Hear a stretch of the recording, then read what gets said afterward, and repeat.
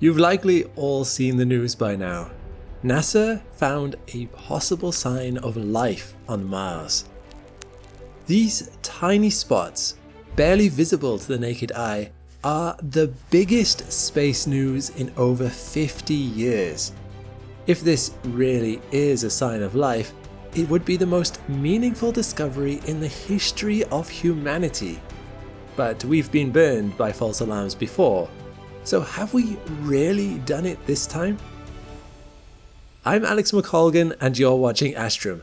Join me today as we dig into the details of what Perseverance found, why scientists are excited, and what it will take to prove we're not alone in the universe. In February of 2021, NASA's Perseverance rover, or Percy to his friends, touched down on an ancient Martian lake bed. The Jezero crater was once home to a large body of water, with rivers flowing in and out, carving deltas and carrying sediment. The soil is rich in clay minerals that can only form in the presence of water. Percy has been sent to hunt for ancient microbial life. If it's going to find them anywhere, the Jezero crater seems like a good bet. You see, ancient lakes often contain perchlorate, which can be metabolized by microbes. Astrobiologists on Earth study microbes like this in extreme environments to understand if life could survive in similar conditions on other planets. The rover's job is to look for these possible signs of life, identify and store the most interesting samples of Martian rock, and prepare them to be collected by another space mission for an eventual return to Earth. One day, in July 2024, while exploring the edges of the ancient Neretva Vallis River channel, Percy's cameras spotted something unusual. A rock from the Bright Angel Formation. Two of the rover's instruments, the Planetary Instrument for X-ray Lithochemistry, or PIXL, and the Scanning Habitable Environments with Raman and Luminescence for Organics and Chemicals, or SHERLOC for short, detected sedimentary rocks made of clay and silt. On Earth, these materials are excellent preservers of microbial life, so Percy took a closer look, and it saw something amazing. The rock, also known as Chayava Falls, was rich in organic compounds like carbon, phosphorus, and iron, arranged into rings. Affectionately named leopard spots and poppy seeds, the tiny spots span 200 micrometers to 1 millimeter in diameter. But it was enough to raise the blood pressure of astrobiologists everywhere. The light inner part of the leopard spot is chemically similar to the surrounding rock, but the dark outer rim is enriched with iron and phosphorus. It seems to be evidence of localized iron reduction. Percy also detected organic carbon-based compounds in the rock, and based on its texture and geochemical composition, we strongly suspect this rock was once in contact with water. Usually, when we see such a combination of organics, water, and iron reduction on Earth, it's interpreted as a sign of microbial life. Suddenly, NASA had something very unique on its hands. Could this mudstone rock hold the first alien biosignature ever found? At the center of this story are two very special minerals, vivianite and greigite. Vivianite is an iron phosphate. On Earth it forms near metal ores and river sediments, where microbes like Geobacter metabolize iron instead of oxygen. They take in iron 3 oxide and release iron 2 as a waste product. The energy given off by this reaction then powers their metabolism, a process known as chemosynthesis. When the expelled iron 2 reacts with the phosphate and the water in the environment, it forms vivianite. Greigite follows a similar story. Sulfate-reducing microorganisms on Earth break down sulfate into sulfide, which reacts with iron to make greigite. But let's be skeptics for a moment and rule out microbes for now. What else could have caused these reduction reactions? Well, one explanation could be very high temperatures. The sulfide needed to produce greigite could have come from volcanic gases leaking into groundwater. But that means the sulfide would have had to migrate from a hot volcanic system into a much cooler environment, and there's been no evidence for such volcanic or hydrothermal sources nearby. Another possibility is that sulfate in the rocks was reduced to sulfide through reactions with organic matter. But unless temperatures exceed 150 to 200 degrees Celsius, these reactions would be very slow and require a huge amount of energy, making them unlikely. And studies of the rocks around this area have shown no evidence of high temperatures. So there's no way the surrounding environment could have got hot enough to reduce sulfate and form greigite. Another possible explanation is acidity. Both iron 3 ions and sulfate ions dissolve much more readily in water under acidic conditions than they do under neutral conditions, making them much more prone to reduction through purely chemical reactions. If the water on Mars was more acidic than we anticipated, that could have caused the spots Percy saw. Perhaps these spots were just the result of chemical processes on an alien planet, nothing more. But then, Percy spotted this little green mineral. Nestled near the sample site, a small rock of olivine knocked the acidic water hypothesis on its head. Olivine is the fastest weathering silicate mineral. Unlike other silicone structures like silicon dioxide, for example, olivine doesn't have strong silicon-oxygen-silicon bonds. Instead, it's made up of negatively charged silicate ions held together by the electrostatic attraction with positively charged magnesium and iron ions. In acidic conditions, these are displaced by hydrogen ions, breaking olivine down into orthosilicic acid and magnesium ions in solution. The more acidic the environment, the more hydrogen ions there are, and the more aggressive the dissolution of olivine would be. So the very fact that it exists rules out the possibility of acidic conditions causing the strange spots. Science is ultimately about falsification. It's not about proving a hypothesis true. Much more often, it's about proving a hypothesis false. Over time, and through a process of elimination, all roads seem to point to the same explanation. And if that explanation holds up against enough skepticism for long enough, it eventually becomes an accepted theory, testable, reliable, and widely accepted by the scientific community. In this paper, the Mars research team tried to prove that these minerals were not left behind by ancient alien life. They started with a null hypothesis and systematically investigated all the non-living explanations for what they found. But after months of study, they concluded they just couldn't do it. Now, saying we can't explain how this was done by something non-living is very different from saying this is a definitive sign of life.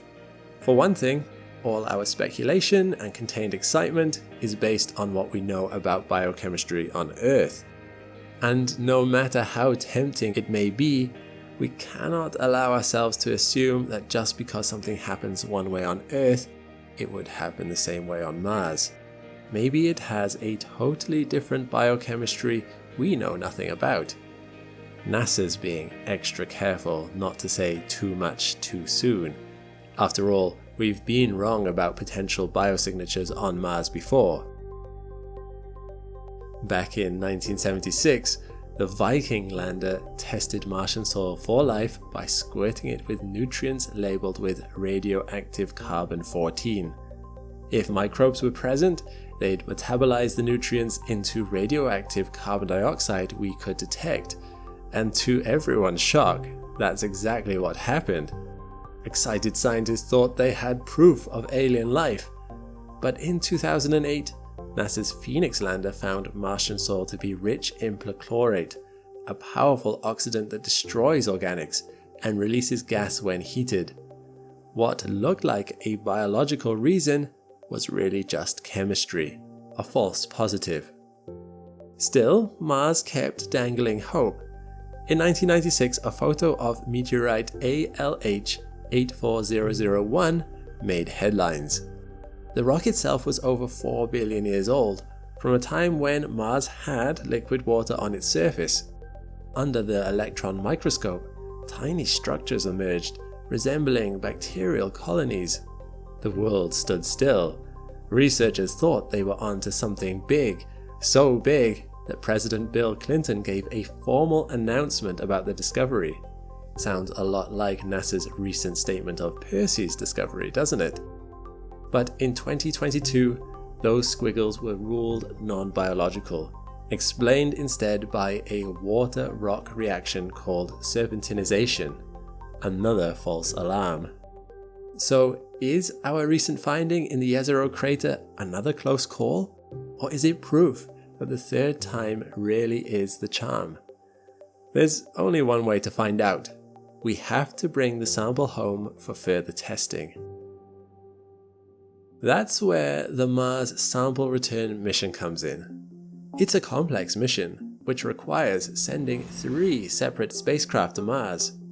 Percy has already completed Phase 1. It's drilled into Chayava Falls and tucked away a precious core sample of the mudstone rock mission scientists named Sapphire Canyon. Phase 2 would be to send another spacecraft to land near Perseverance, collect those tubes, and launch them into orbit around Mars. The third and final craft would collect the samples from the orbiter and ferry them all the way back to Earth. It's a huge task, with an estimated price tag of $11 billion. The Mars Sample Return mission was first announced in 2022 as a joint collaboration between NASA and ESA. Since then, it has been fraught with financial struggles and uncertainties, delaying the project from 2033 to 2040, before ultimately being suspended indefinitely.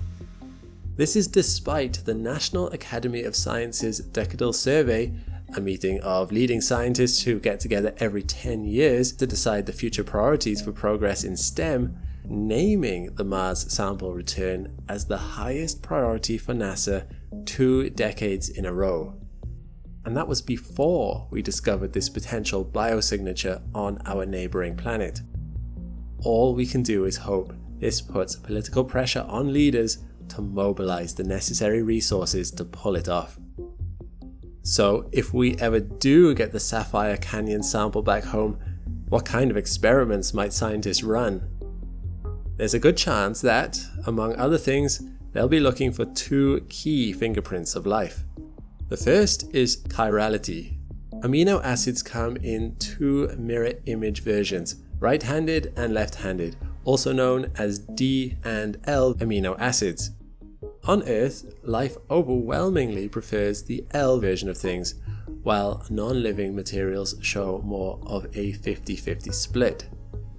If the Martian sample shows a significant chiral preference, either right or left-handed, that could be a smoking gun. The second fingerprint is carbon isotopes. Carbon comes in a few different flavors, most commonly carbon-12 and carbon-13. Again, life prefers one over the other. The ratio of carbon-12 to carbon-13 in living things is much higher than in non-living things. If we see a similar pattern in the Sapphire Canyon sample, that could be another clue that its origin is biological. You see, you and I may often think of discoveries like these in quite a binary way. Either they're a sign of life, or they're not. But NASA has a much more nuanced take.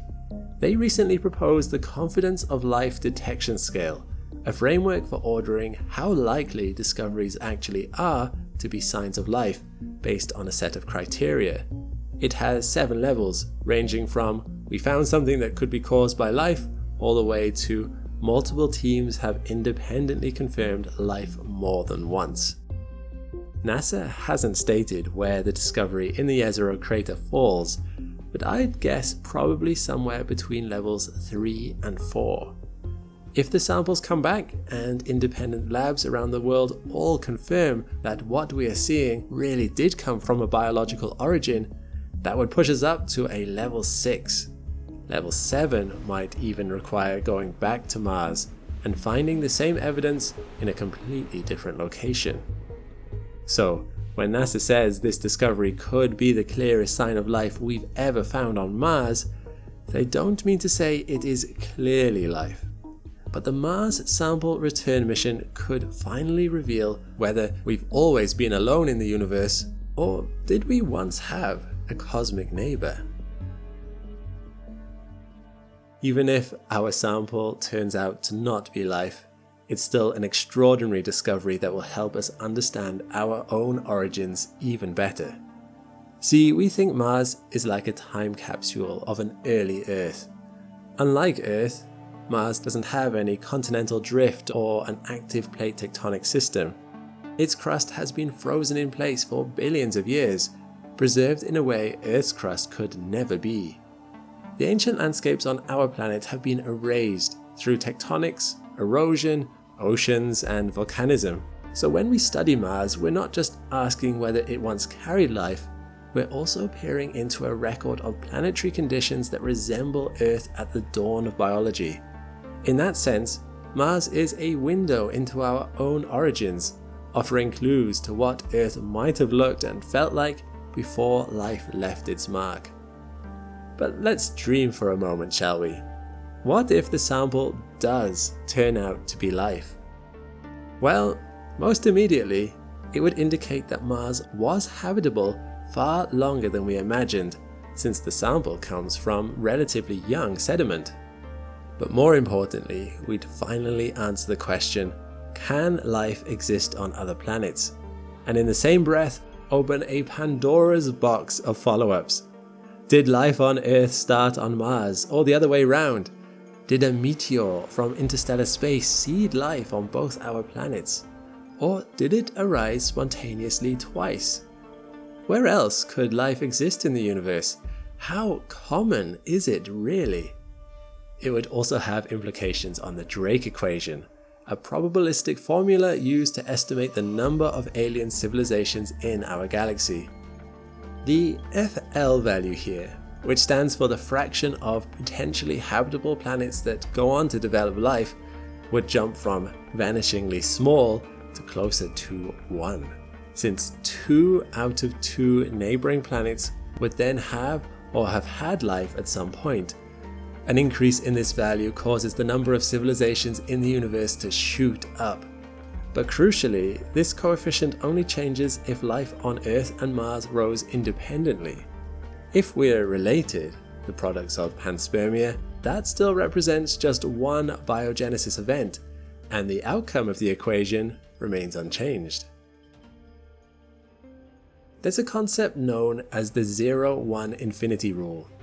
In astrobiology, it represents the idea that life can only exist in 0, 1, or infinite places. We already know it's not 0. If it's just 1, then we're alone, a single spark in the dark.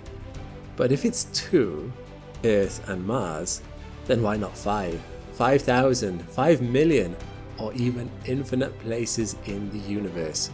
Suddenly, life isn't rare. We're not special anymore. And personally, I hope that if we ever discover life out there, it brings us closer together down here.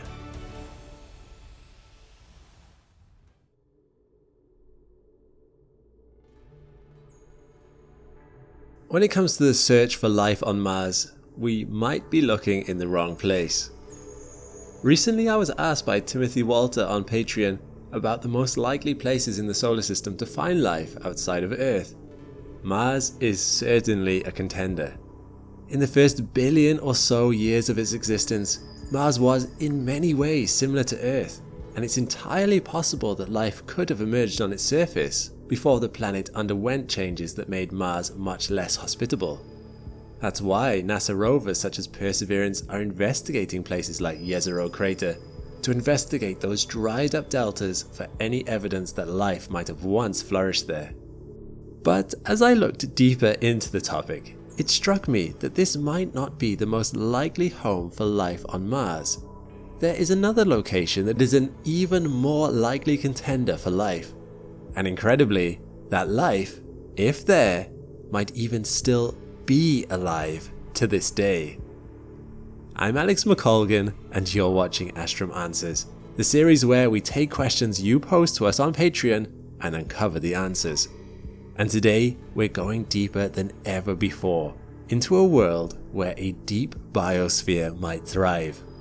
I'm going to answer where I think is the most likely place to find life on the planet Mars. When it comes to life forming though, we should probably start at the beginning.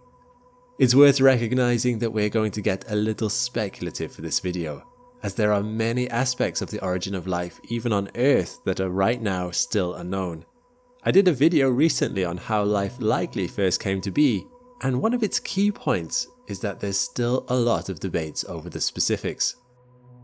It's also worth noting that we do not know for certain that life does exist or ever existed on Mars at all. But there is some evidence that is intriguing. NASA's Curiosity rover has detected methane in Mars's atmosphere, which mysteriously only emerges at night and is strangely absent during the day. Methane on Earth is mostly produced by living organisms, so it's an intriguing indication that life might be on Mars too. However, this is not definitive proof, as there are also non-organic ways to make methane, as I talk about in one of my other videos on life on other planets. So then, why do scientists think that Mars might be, or used to be, the home for life in the first place? It's all thanks to what Mars looked like in the first billion or so years after it formed. According to our best theories of how life first came to be on Earth, there are some key things that you need. Water for one. All life on Earth seems to need it. But also mechanisms for producing diverse and complex chemical structures, the raw building blocks of life from which protocells could arise.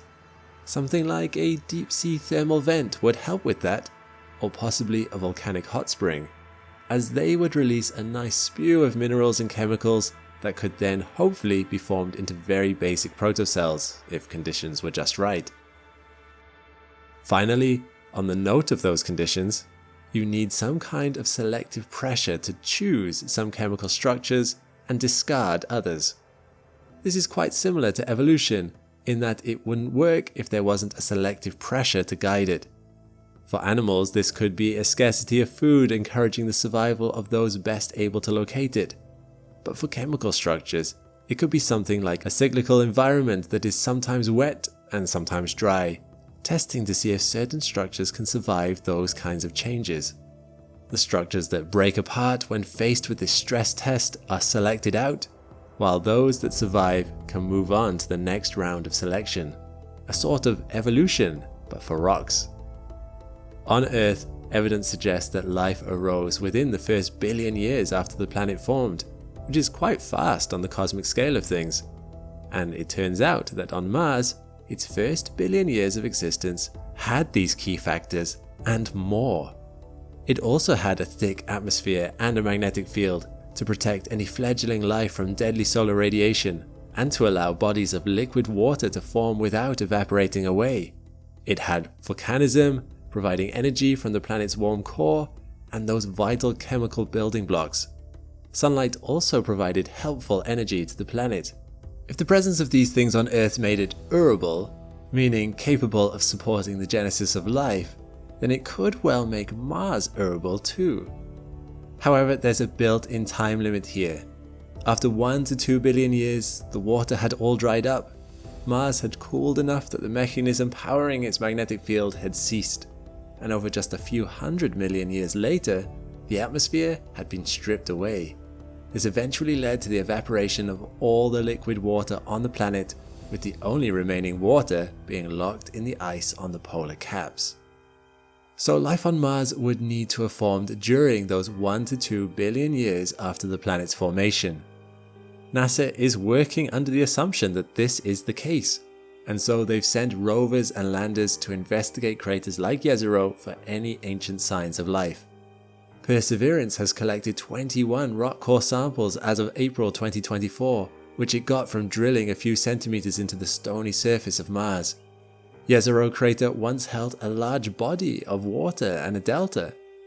If living things had made that water a habitat, their remains could well have dropped into the bottom of the delta to be captured in the sediment there.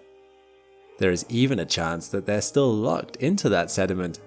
Researchers in the journal Astrobiology found that even when completely dried up, frozen, and subjected to intense radiation, certain kinds of bacteria on Earth could theoretically survive hundreds of millions of years without too much ill effect, just waiting to be thawed out and given water again. This is why scientists must be so careful about both forwards and backwards cross-contamination when exploring other worlds. If not there is also a chance that life exists in the water lakes on Mars today. But Alex, I hear you say through your screens, didn't you just tell us that those lakes had all dried up? What I told you was mostly true, but not entirely. While it seems unlikely that there is any water still moving freely on Mars's surface, there is a location where water can still be found, and in liquid form, deep beneath the polar caps. In 2018, scientists announced that they had found an entire lake trapped deep beneath the thick ice. 3 more were confirmed by 2020. This is interesting because it mirrors an ecosystem on Earth called Lake Vostok, which is also a lake sealed away 4 kilometers beneath the solar polar ice cap. Intriguingly, Lake Vostok was found in the late 90s to house bacteria and even potentially fish. Some trace DNA was captured and brought to the surface.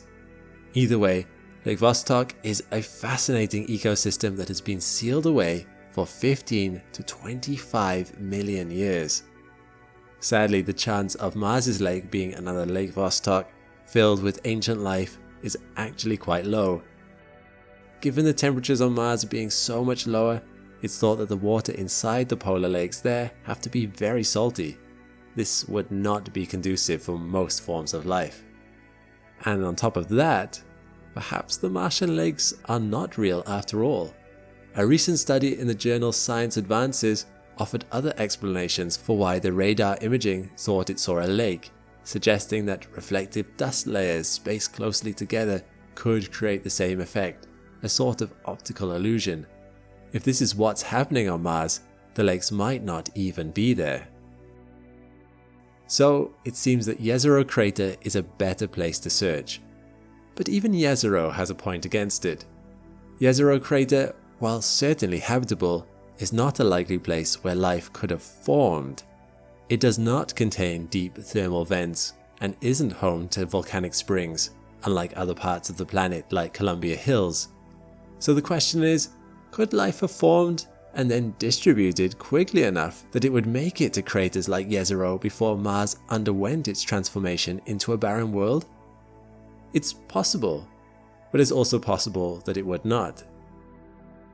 As the planet cooled and the water evaporated, any bodies of water would have found themselves becoming more and more salty, as any salt concentration would have ended up with a lower and lower ratio of water. Again, too much salt is bad for most forms of life, and research suggests it could have been a massive hurdle for the survival of undeveloped protocells.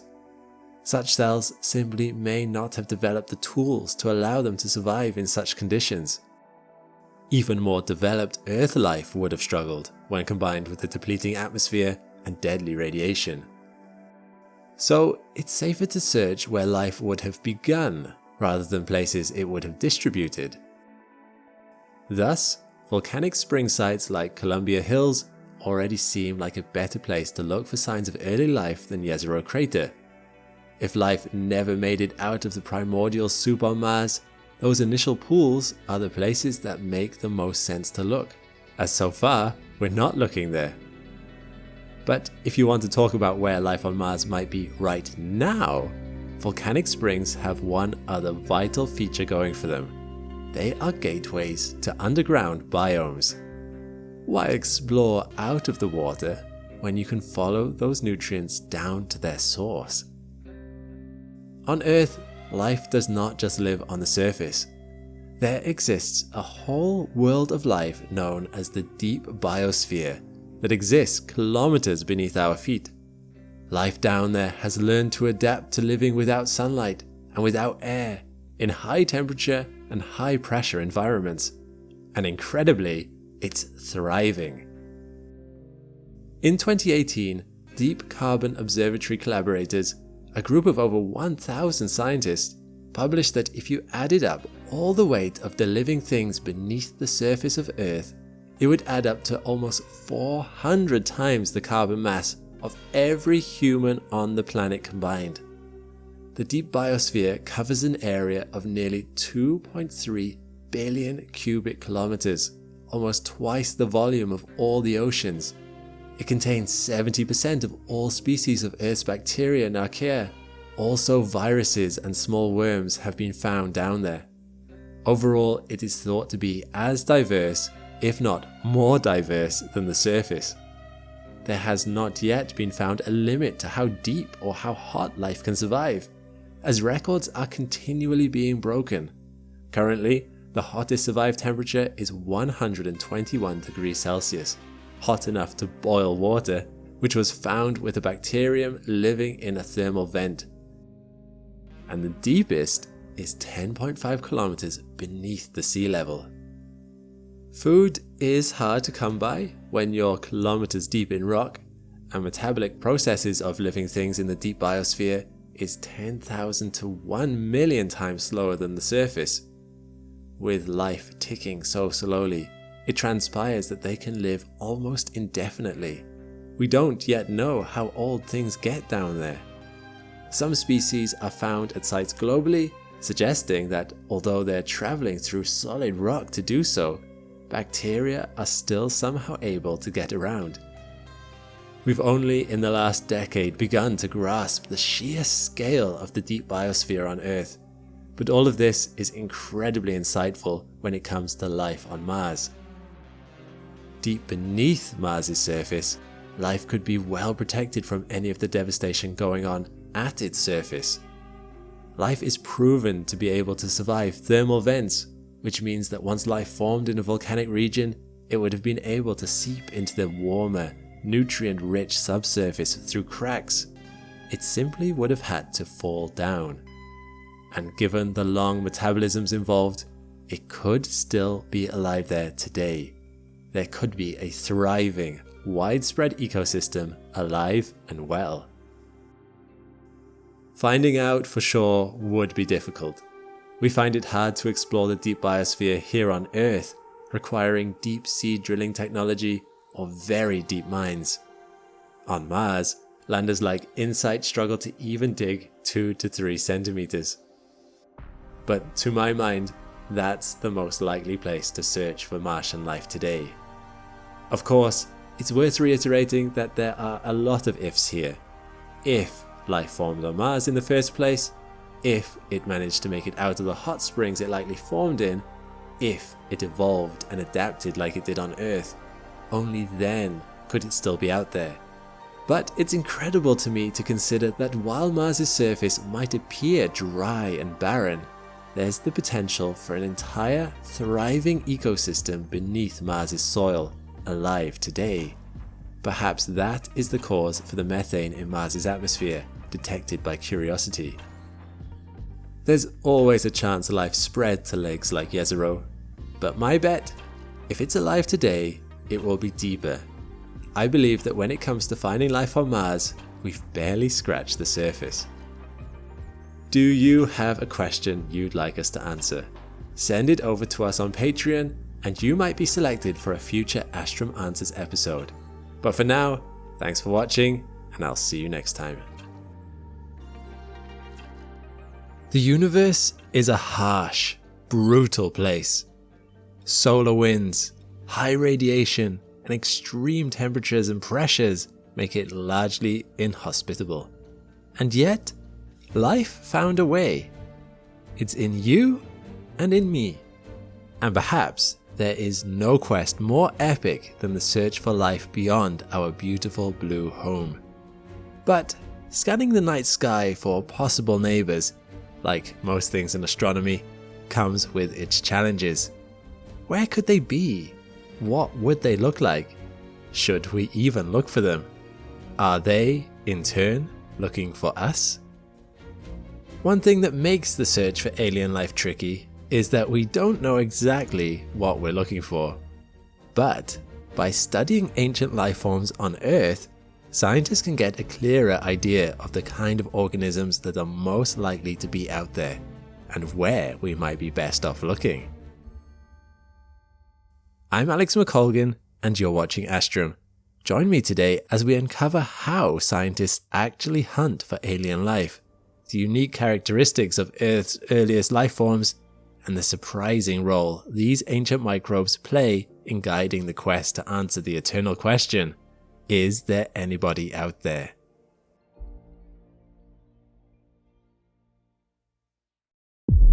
If you were tasked with combing through a seemingly infinite universe for signs of life, where would you start? I reckon I'd start by looking for a planet similar to ours. Starting the search in the most hospitable part of the galaxy seems like a smart move. The galactic habitable zone is the region of a galaxy that has the most optimal conditions for potentially life-bearing planets to develop. Typically, it's a spot with enough heavy elements for Earth-like planets and minimal cosmic drama like supernovae or stellar close calls. This excludes stars too close to the center or in the spiral arms of galaxies, since they are full of super intense, harmful radiation. So far, we've discovered 5,539 exoplanets, of all different shapes, sizes, and compositions. Scientists are still debating what kind of atmospheres might be hiding signs of life on other planets. As far as we know, life on Earth emerged 3.8 billion years ago. At that time, our atmosphere was mainly nitrogen gas, carbon dioxide, and water vapor. You'd understand then why some scientists choose this atmospheric composition as a preferred focal point. But others aren't so convinced. They say only searching for these compounds is limiting, since methane and hydrogen gas atmospheres may themselves be signs of life. In reality, it seems to be a bit of a chicken-egg situation. The atmospheric composition of a planet determines what kind of life, if any, could emerge on that planet. But the kind of life that emerges also affects the composition of the atmosphere. Let me quickly explain with an example from home. Today, Earth's atmosphere is 21% oxygen. That wasn't always the case. It wasn't until about 2.4 billion years ago that free oxygen gas started accumulating in our atmosphere. This is known as the Great Oxidation Event. The main theory among researchers is that cyanobacteria living in the ocean evolved the ability to photosynthesize and started releasing oxygen gas faster than it could react with other compounds. Eventually, this oxygen evaporated from the oceans into the atmosphere, replacing the methane that was already there. This is an example of a biosignature of life, the next step in honing our mission to find alien life. Biosignatures are substances, signals, or patterns that could be a sign of biological activity. This could be as obvious and direct as a fossil, or something more subtle like the composition of a planet's atmosphere. They are important because they indicate not only the potential presence of life, but also the level of its sophistication. It's important to understand that all biosignatures are really just potential biosignatures, because while they could be signs of life, they could also be caused by non-living things. A big challenge scientists face is battling all the false positives that arise. There's no official classification system for biosignatures, but it's useful to think about them falling into three categories: gaseous, temporal, and surface signatures. Gaseous biosignatures are direct or indirect products of metabolic activity. The most common manifestation of this is the composition of the atmosphere. For example, the presence of haze could be an indirect byproduct of a methane-rich world. This could tell us that a particular planet hosts microbial life similar to what we had on Earth over 2.5 billion years ago, before the Great Oxidation Event. It's similar to the example we explored earlier of how having free oxygen in the atmosphere could be a biosignature for photosynthesizing life. Temporal biosignatures are time-bound changes that can correlate with biosphere activity. On Earth, the concentration of carbon dioxide in the atmosphere rises and falls with the seasons. Vegetation grows in the spring and decays in the autumn. This oscillation is way stronger in the northern hemisphere than the southern hemisphere because it has more landmass. In theory, we can use this kind of information to see where on an exoplanet life is most likely to be. However, nothing is so black and white. Temporal biosignatures can be caused by abiotic factors too. The concentration of methane in Earth's atmosphere, for example, changes mainly due to its interaction with water vapor in the troposphere.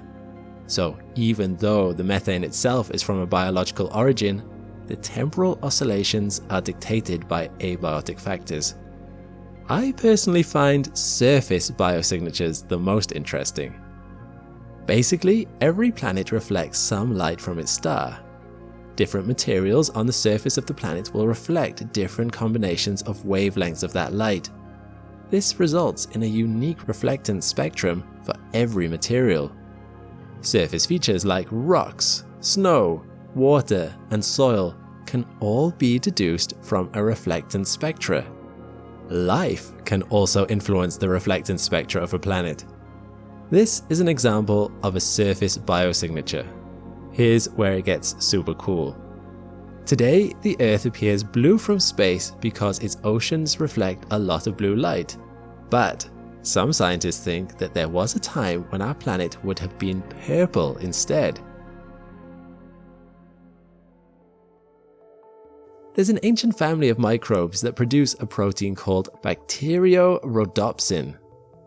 Bacteriorhodopsin can create energy without a carbon source, something plants can't do. It literally just turns sunlight into metabolic energy the cells can use. It is thought to be one of the simplest and earliest bioenergetic processes to have developed. But why would it make Earth appear purple? Bacteriorhodopsin contains a pigment that reflects a lot of purple light. This makes its cell membrane appear purple. An early Earth would have had oceans full of this organism, turning the whole planet visibly purple. While it's just a bit of fun to imagine a purple Earth, the implications of this theory mean that these microbes, and others like them, could be a very useful surface biosignature of exoplanets. Of course, the reflection of purple light alone doesn't mean much. But if it were to be combined with evidence of a highly saline surface, that could start to paint a more convincing picture. You see, the specific family of ancient microbes that produce this purple protein are called halophilic archaea, or haloarchaea for short. Archaea are some of the most ancient lineages of life on Earth. Even though they're single-celled organisms, they are not to be confused with bacteria. The two are actually totally different domains of life, but we won't go into that. Halophilic means they grow and survive best in conditions of extremely high salinity.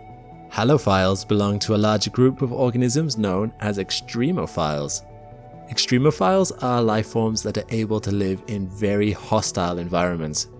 There are lots of different kinds of extremophiles that are well adapted to different kinds of extreme conditions, like very high or very low temperatures, pressures, dryness, radiation, salinity, acidity, and heavy metals, or any combination of those extreme conditions.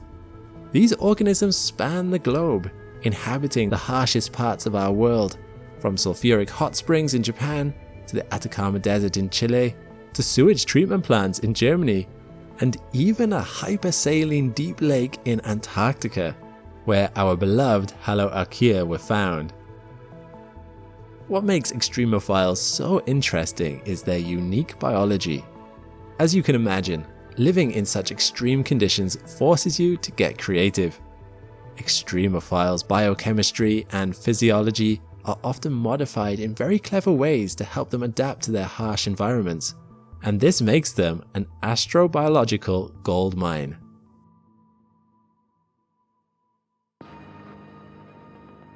Many extremophile habitats on Earth are surprisingly similar to conditions on other planetary bodies.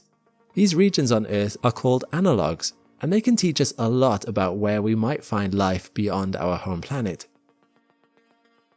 For example, the Atacama Desert in South America is a very arid environment with high salinity, high UV radiation levels, and oxidizing soil, making it quite similar to Mars. In fact, we've been studying it as an analog to Mars for years. Life has been found across the Atacama Desert, but its presence is highly patchy. In a way, this is good news. It helps scientists identify the exact factors that cause life to appear where it does, and therefore, where we might have the best chance to find it on Mars. The extremophilic yeast, Exophiala, is another example of this. It was found in high altitude regions of the Atacama and caught the attention of astrobiologists pretty fast. Researchers were looking at how Exophiala's protein expression changes in a simulated Martian environment. After the first 24 hours of exposure, they found some proteins were overexpressed and others underexpressed compared to baseline levels. However, there were no signs of heat shock proteins, the compounds organisms release in response to high stress conditions. Even more surprisingly, 7 days into the exposure, Exophiala's protein expression patterns were back to normal. This is a big deal because it indicates that Exophiala is able to recover and survive under Martian conditions.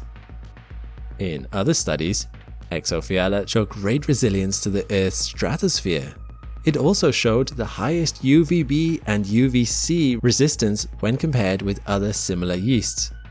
All this together makes it a promising model for potential life on Mars. It may be a stretch to suggest, but it is possible any Martian life we might find could be biochemically similar to this humble yeast. Certain species of Haloarchaea are also being studied as exciting astrobiological models. Specifically, Halobacterium NRC1 and Halobacterium lacus profundi. They are both extremophiles that thrive in high salinity and are great candidates for understanding potential life on Mars and Jupiter's moon Europa. Think about it. If there is a planet where conditions are totally different to ours here on Earth, it makes sense that the life we may find there could be completely different. But if the planet does have similarities to our own, is it really so crazy to think that life there might look similar too?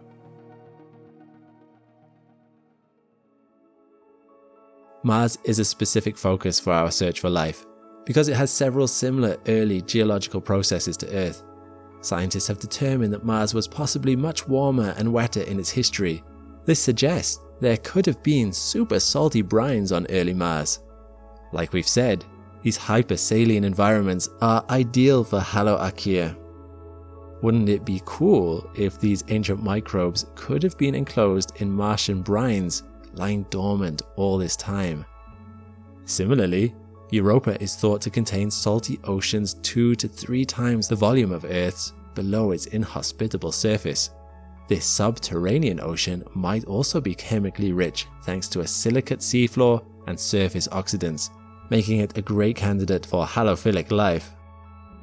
In fact, scientists have been testing this theory by shooting Haloarchaea into space since 1994, testing to see the types of harsh environments they can survive. The first mission involved the ejection of a capsule into low Earth orbit. The short-term exposure results were promising, with the microbes surviving the initial exposure. The European Space Agency then designed the EXPOSE facility for medium and long-term exposure experiments on the outside of the International Space Station. 3 separate missions were launched in 2008 and another in 2014, testing survival of various halophilic archaea strains in space. In March 2019, results emerged from the ESA's BioMex experiment. They reported that microbes from Earth survived 18 months of space exposure outside the ISS, suggesting life could theoretically survive on our neighbour, Mars. Clearly, there's still a lot we don't know about these microbes. For a start, they've only ever been studied in isolation. How would they interact with a wider environment? All the research so far has focused on sodium chloride, but how would these organisms fare in other salts? So even though they seem like promising candidates with lots of potential, more research is needed to fully understand their implications for astrobiology. So, how does knowledge of these ancient microbes turned astrobiological models help us in the search for life in the universe? Well, within our own solar system, having intimate knowledge of these organisms can directly impact where we send our space missions. For example, the Spirit rover was sent to the Gusev crater to investigate a suspected ancient lake.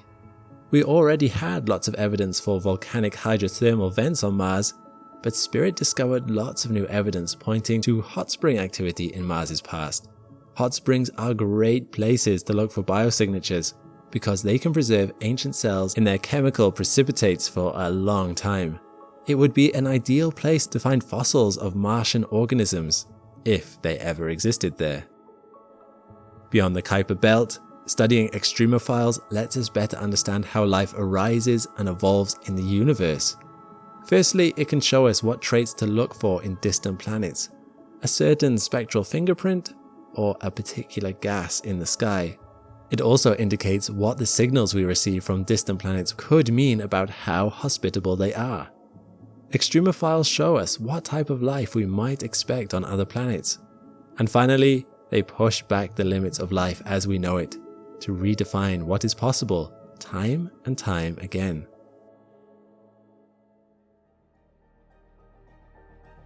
Our searches for signs of life haven't been very fruitful yet, and will likely take many decades more. Designs are already in the works for a new generation of telescopes that will take to the skies in the 2030s and 2040s. The Nautilus is a concept telescope that could be operational by 2033 and would enable scientists to cover 50 times the light collection area of the James Webb Telescope thanks to its large aperture. Another concept, put forth by NASA, is designed to observe potentially habitable exoplanets around Sun-like stars. The Habitable Exoplanet Observatory, or HABEX for short, would look for biosignatures like water and methane. It would also become the first telescope with the ability to directly image an Earth-like exoplanet. They sound fascinating. I hope they get approved. We've come a long way and still have a long way to go, but we are not giving up our epic mission to find other life forms and their homes beyond the bounds of our planet. Our distant relatives will just have to wait a little longer to be found. Life is a mysterious thing. As far as we are currently aware, Earth is the only place in the universe where life exists. Life is so prevalent on Earth because of a combination of many factors, including Earth's distance from its star. It is situated in the solar system's Goldilocks zone, in a region that is not too hot or too cold. We also have a magnetic field that protects us from solar and cosmic particles. We have an oxygen-rich atmosphere which we can breathe. We also have an abundance of water on the surface. These and a few other factors combined allow life to exist as it does here. But a quick look around the solar system reveals nothing on the surface of any celestial body that is even close to resemble the green and blue lush surface of Earth. So does this mean there is no life in the solar system? Well, the simple answer is we don't know, but there are a few places we are still interested in checking out, just to be sure. I'm Alex McColgan, and you're watching Astrum, and together we will travel through the solar system and see where the most likely places to find life could be. Here's our Sun. It's a very nice and stable type of star known as a G-type main sequence star. Not a good place to look for life, as far as we know though. Certainly nothing like life on Earth could survive the thousands of degrees temperature on the surface. We would have to expand our concepts of what life could be. Perhaps beings of energy rather than traditional elements. Neil deGrasse Tyson said he wasn't opposed to this idea. I don't see why not, except, by the way, mass is energy, energy is mass, so I can imagine an alien species that is energy. I can imagine it. Like a pound of energy. I can allow my brain to accept the possibility. However, the possibility is extremely remote, so I think we can leave the Sun and move safely on to Mercury. Mercury does not tick many boxes in regards to what would be needed for life to form. It has a very tenuous atmosphere and is far too close to the Sun. This combination means that the temperatures on the day side rise to over 400 degrees Celsius and the night side can drop as low as minus 170 degrees Celsius. It has been discovered that Mercury was geologically active in the past, but the last eruption was thought to be 1 billion years ago.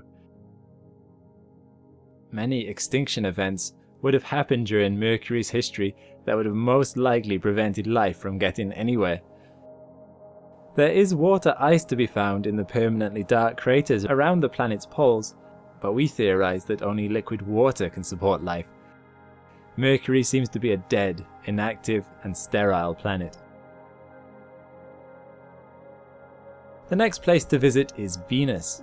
Venus does have a rather substantial atmosphere, but the problem is that it isn't quite far enough away from the Sun to be in the Goldilocks zone.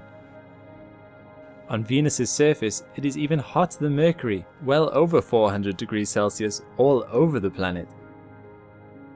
This is due to the greenhouse gases in the atmosphere. Carbon dioxide make up 96% of it. This heat means that water could not stay in liquid form on the surface. There is a slight possibility, however, that there could be some form of microorganisms high in the clouds of Venus that would use UV light from the Sun as an energy source. The temperature and pressure high in the atmosphere is much more hospitable than on the surface, so this possibility exists. But moving on, one of the best bets in the solar system is Mars. It is situated nicely in the Goldilocks zone and has an atmosphere. The big problem with Mars, though, is its lack of a magnetic field. The magnetic field on Earth prevents the solar wind from the Sun stripping away the particles in the upper atmosphere. Because Mars doesn't have this, its atmosphere has been stripped of all but the heaviest molecules, consisting of 96% carbon dioxide. At one point in its history, it did have some surface water, as can be evidenced by dried up rivers and lake beds. However, today that water has gone, and if there was any life on the surface, this is most likely gone too. Scientists have been keen to find evidence in rocks with the Viking missions and looking for methane in the atmosphere with the rovers currently on the planet, but they have so far found only traces of evidence. But NASA are not deterred. Finding solid evidence of life on Mars is now one of their primary objectives, so they clearly think there's still a good chance of finding something. There are a few telltale signs that life exists or could have existed on Mars. There are possible biosignatures like methane in the atmosphere, often the byproduct of life. Scientists can't quite agree on where the quantity of methane gas comes from, and life is a definite possibility. We also have 34 meteorites on Earth which originated from Mars. These are highly valuable as they are the only samples of Mars that we possess. A few of these meteorites even contain what looks to be fossilized bacteria, although they are much smaller formations than any terrestrial bacteria on Earth. Sadly, this is not conclusive evidence, as these formations could also be explained by natural processes. At this point in time, there are a couple of possible places to find life on Mars. One would be about 10 meters under the surface. Water can be in liquid form this far down, and any life would be much more protected from cosmic and UV radiation. The other theory is that microorganisms could exist under the polar ice caps. Potential evidence of this could be the darkening of these spider patterns next to the geysers on the poles. The darkening could be these microorganisms as they photosynthesize the sun's UV light from under the surface. But with all the attention Mars is getting from the global scientific community, I guess that we will know conclusively whether there is life on Mars within the next 30 years. I'm happy to announce we have a weekly newsletter to keep up with all the discoveries in our cosmos, and our designer Peter has made the most beautiful email you'll ever receive. Sign up with the link down below. It's the best way to stay connected between videos. Short, focused updates on what's new and fascinating in space each week. No spam, no filler, just the good stuff. You'll get the latest news, visuals, and insights delivered straight into your inbox. If you enjoy Astrum videos, you'll love this. Join the newsletter and stay curious with us.